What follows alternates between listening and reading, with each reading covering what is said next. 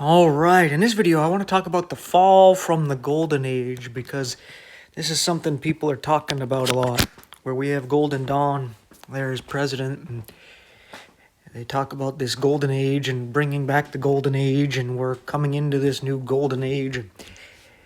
And this is all backwards. You see, Satan cannot bring anything new to the table. He can't create. He can only take what God has already established, and he can twist it, turn it upside down, inside out, backwards, and mangle it in some way, and then act as though he created something new. But it's generally just messing up what God has already presented. Now, this golden age is actually what God originally created, where Adam and Eve were in the garden, and even after they were kicked out of the garden, they still had a very wonderful place where they could live. But because of the fall and because of sin, which Satan introduced, everything started to fall apart. Because the whole reason why everything existed in the first place was because of God, and the whole reason why everything is held together in the first place is because of God. His Spirit brought everything to existence, and it holds it together. So when you start removing God from the picture, things fall apart. And that's exactly what we have seen happen. But Satan likes to act as though he's the one that brought in the golden age, and God is the one that destroyed it in a flood and is just destroying everything because he's just such a mean jerk God, and he hates us, and he wants to keep us under his thumb and control because he's a monster. When in reality, it's because of Satan getting you to turn against God and to try to push him out of the way that things keep falling apart. And you see this in an example of the statue in Daniel chapter 2, where the statue starts off with a head of gold, right, the golden age, but then it becomes silver with the chest and arms, and then the belly and thighs become brass, right? So it's kind of like it's going gold to coins to pennies, and then it becomes iron legs, where iron is not super valuable compared to those other metals. And then it becomes iron and baked clay when it gets to the feet, where it's just kind of like, right? A degradation of worth and value. And it's just, that's how things are. It's entropy. The laws of thermodynamics, where everything falls apart unless something from the outside keeps it together. And God is what ultimately keeps creation together. So if you're going to reject him and push him out of the way, he'll be like, all right, but it's going to fall apart. I'm what's holding it together. And then it falls apart, and then you blame God. And it's like, well, you don't want me holding it up. So you can't have it both ways. You either have me and I'll hold it up, or you reject me and I'm not going to hold it up. You can't have life without the source of life, right? You can't have love without the source of love. You can't have joy without the source of joy. You can't have peace without the source of peace. God is the truth. You can't have truth without God. God is all these things. He is life, love, joy, peace, truth. And if you want those things, you can't have them without God. You only get some cheap counterfeit, right?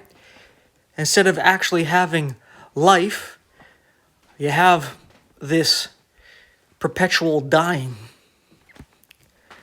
where you think you're alive, but you're just falling apart forever. And instead of love, you have this feeling that you get, which is more like a drug, right? You feel good when you take a drug, right? You're like you're on ecstasy, where it's not love, it's just you feel really good because you're on a drug and it doesn't last. because it's not true actual love. True actual love doesn't need to feel anything because it actually genuinely loves, right? Because love is a choice, like choosing to love you and to give you a message even though you may reject it or you will reject it and spit in my face, right? Love puts up with that because it's not about, oh, I get a feeling and I'm accepted, right? Instead of joy, you get happiness. You get turned into a happiness machine where the only time you feel anything close to joy is when you get your new little fix, right? You met a certain goal you have set for yourself, so you got some dopamine and you got that special toy on Christmas or your birthday, right? But then it doesn't last, that toy and whatever you got, yeah, you made the achievement, but now what? Right? You got all these different things that you get, but now you constantly got to be consuming like a black hole to get some little sense of happiness,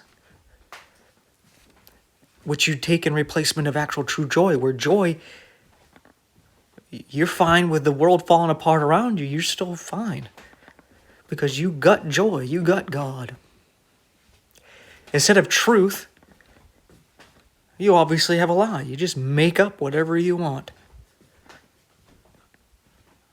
And then for some odd reason, you'll call it truth.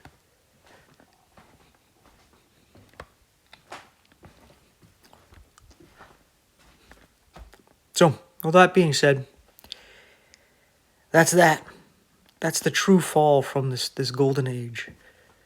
But Satan likes to flip things around and make it sound as though Satan's the good guy and God's the bad guy. He likes to flip the script. Because it's his only option. He can't create something new. He can only take what God has and destroy it and then blame God for it.